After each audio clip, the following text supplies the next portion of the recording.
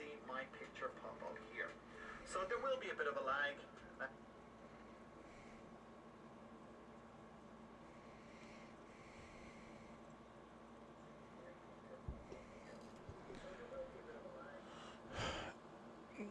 Hello and good afternoon. We have an update to a case that we've been following. We were actually going to be following this case or profiling this case.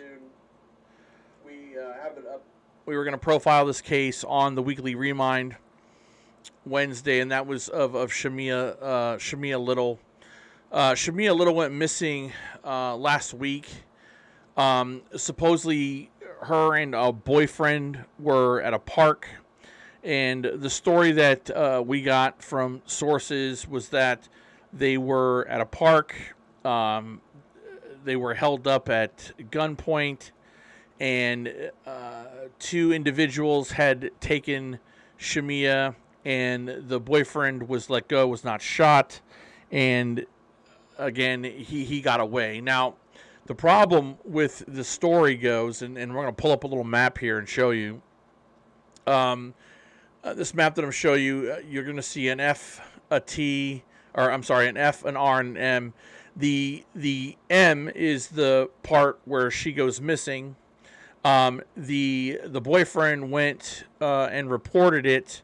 Instead of dialing 911 or getting to the nearest phone, he goes to that location where the R is on that map, reports her missing, and it is believed that Shamia's body has been located where the F is on the map here. Now, I'm going to read you an update that we got from the Shreveport PD. A lawn crew located the body of a deceased female on Curtis Lane off of the road. There's been no confirmation who the female victim is at this time, and the police chief Ben Raymond and the Caddo Parish coroner is on scene. Now, my sources tell me that this is in fact Shamia, and this is one of those cases where there were active searches for her, and there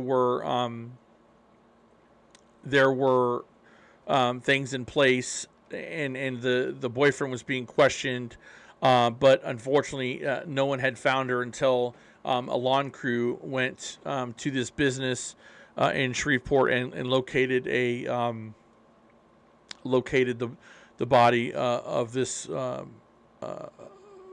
beautiful girl who's now a victim of a homicide. I will say that we were watching news coverage before we went live. We wanted to make sure we were confirming everything that we saw.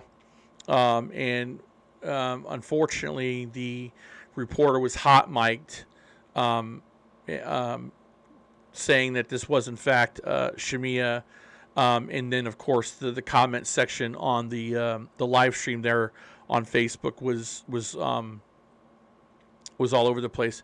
Again, this is something that we were going to cover.